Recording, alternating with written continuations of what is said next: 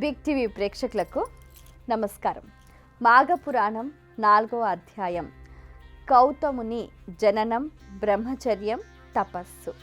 శ్రీ మహాగణాధిపతే నమః, సరస్వత్యే నమః, శ్రీ గురుభ్యో నమః.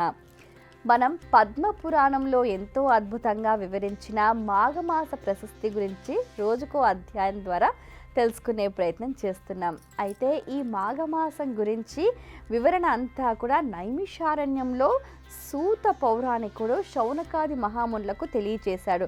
ఈ విషయాన్ని అంతటినీ కూడా వశిష్ఠుల వారు దిలీప మహారాజుకు తెలియచేశారు. ఆ విషయ సంగ్రహణాన్ని మనమంతా కూడా ఈ సందర్భంలో తెలుసుకునే ప్రయత్నం చేస్తున్నాం. మాఘ పురాణం వినటం, శ్రవణం చేయటం, ఆచరించటం ఎంతో పుణ్యప్రదం. ఇక్కడ మనం కౌతుకుని జననము, బ్రహ్మచర్యము, తపస్సు అంటే ఏంటి తెలుసుకునే ప్రయత్నం చేద్దాం. ఒక భోజనగరం అనే ఒక ప్రాంతం ఉండేదన్నమాట. ఆ ప్రాంతంలో ఏంటంటే కుత్సుడు అనే ఒక సద్బ్రాహ్మణుడు ఉండేవాడు. ఆయన భార్య ఏంటంటే కర్దముని కూతురు అన్నమాట. వారికి కౌతుకుడు అనే ఒక పిల్లాడు జన్మించాడు. వీరేం చేశారు, ఆ పిల్లాడిని చాలా అల్లారు ముద్దుగా పెంచుకున్నారు. వయస్సు వచ్చిన తర్వాత అతనికి యజ్ఞోపవీత ధారణ చేశారు. అతను ఎంతో చక్కగా మౌంజీ బంధనాన్ని ధరించి, మోదుగను పట్టుకొని, కౌపీన వస్త్రం చేసుకుని, చక్కగా నియమనిష్టలతోటి పెద్దల యందు గౌరవము, పిన్నల యందు వాత్సల్యము, ఎంతో నియమబద్ధంగా ధర్మబద్ధంగా జీవనాన్ని గడుపుతూ ముందుకు సాగడనమాట. ఈ క్రమంలో ఆయన దేశాటనకు బయలుదేరి కావేరీ నదీ తీరానికి చేరుకున్నాడు. మనందరికీ తెలుసు, సప్త నదులలో కూడా కావేరీ నదికి ఎంతో ప్రాశస్త్యం ఉంది అని. కావేరీ నదిలో ఒక్కసారి స్నానం చేస్తే చాలు మన జన్మ చరితార్థం అవుతుంది అని మనకు పురాణాల ద్వారా అవగతమవుతుంది. ఏ నదిలో స్నానం చేసినా కూడా అమృతత్వం లభిస్తుంది. ఎందుకు అనంటే ఎన్నో ఔషధీ గుణాలు కలిగి, ఎన్నో సౌరశక్తి, నక్షత్ర శక్తి, దేవశక్తి కలిగిన ఆ నదీ నీళ్ళల్లో మనం స్నానం చేయటం వల్ల అద్భుతమైన శక్తి తరంగాలు అనేవి మనకు ఆపాదించబడతాయి అన్నమాట. ఈ నేపథ్యంలో కావేరీ నదీ తీరానికి చేరుకున్న ఆ కౌతముడు ఎంతో చక్కగా కావేరీ నదికి ఉత్తరాన ఉన్న నారాయణాద్రిపై ఆ నారాయణ గురించి ఘోరమైన తపస్సు చేస్తూ ఉంటాడు. ఈ క్రమంలో ఏంటనంటే అదొక అరణ్య ప్రాంతం అన్నమాట. అరణ్యంలో ఏముంటాయి, సాధారణంగా క్రూర మృగాలు అనేవి సంచరిస్తూ ఉంటాయి. కానీ ఆ కౌతుకుడు వాటన్నిటిని ఏవిటిని లెక్క చేయలేదన్నమాట. అతను ఎంతో చక్కగా భస్మధారణ చేసుకొని, నియమనిష్టల చేత ఏకాగ్ర చిత్తంతో తన తనువుని కూడా మరచిపోయి ఆయన నారాయణుని ఉద్దేశించి ఘోరమైన తపస్సు చేస్తూ ఉంటాడు. అయితే అంతటి నిష్ఠతోటి ఆయన తపస్సు చేశారనమాట. ఆ తపశ్శక్తికి, ఆయన శ్రద్ధకు, భక్తి విశ్వాసాలకు శ్రీ మహావిష్ణువు ప్రసన్నమయ్యాడు.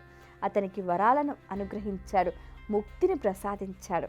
అయితే ఈ సారాంశం ఏంటంటే అతను మాఘమాస సమయంలోనే ఆ కావేరీ నదీ తీరంలో ఇటువంటి తపస్సు చేశాడు. స్నానం చేసి తపస్సుకు కూర్చున్న ఆ వ్యక్తికి శ్రీ మహావిష్ణువు ప్రసన్నమయ్యాడు. అంటే ఏంటి, మనం ఎప్పుడైతే ఒక పుణ్యప్రదమైన ప్రదేశంలో, పుణ్యమైన సమయాలలో ఒక చక్కటి క్రతువు చేస్తే మనకు దోష నివృత్తి కలగటమే కాకుండా పుణ్యప్రదము అని కూడా చెప్తూ ఉంటారనమాట. ఆ విధంగా ఈ కౌతుకుని జననము, అలాగే అతని బ్రహ్మచర్యం పాటించటము, తపస్సు చేయటము, తపస్సిద్ధి పొందటమే కాకుండా శ్రీ మహావిష్ణువు ప్రత్యక్ష అనుగ్రహము, మోక్షప్రాప్తి. కాబట్టి దీని సారాంశం ఏంటంటే 4వ అధ్యాయంది మనము ఎంతో చక్కగా ఈ మాఘమాసం 4 రోజుల సమయం ఉంటుంది మనకు. 4 రోజులలో ఏ ఒక్క రోజైనా నదికి వెళ్ళి ప్రాతకాలం అంటే సూర్యోదయ పూర్వమే స్నానం చేసే ప్రయత్నం చేయాలి. అది ఎంతో ఉత్తమమైన ఫలితాలని మనకు అందిస్తుంది. అంతేకాకుండా జన్మాంతరం చేసిన పాపాన్ని కూడా తుడిచిపెట్టేస్తుంది. ఆ విధంగా కేవలం స్నానం చేయటం మాత్రమే మనకు పుణ్యాన్ని అందించే మాసం మాఘమాసం. మరి ఈ అద్భుతమైన ఈ సమయాన్ని, ఈ మాసాన్ని ఎవరు కూడా వృధా చేసుకోకుండా ఇంట్లో పొద్దున్నే స్నానం చేసినప్పుడు కూడా ఆ బకెట్ నీళ్ళనే మనకు నదీ జలాలుగా భావించి గంగే చమునే చేవ గోదావరి సరస్వతి నర్మదే సింధు కావేరి జలస్మిన్ సన్నిధిం కురుం అంటూ కూడా మనం అనుకుని స్నానం చేయాలి. ముఖ్యంగా మహిళలైతే కూడా ఎంతో చక్కగా పతివ్రతల పేర్లు కూడా తప్పనిసరిగా స్నానం చేసేటప్పుడు తలుచుకోవాలి. అహల్య, ద్రౌపది, సీతా, తార, మండోదరి.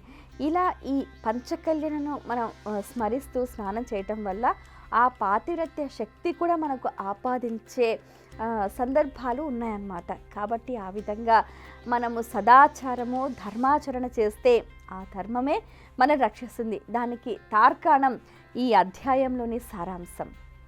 స్వస్తి. For more videos like this, subscribe Big TV channel.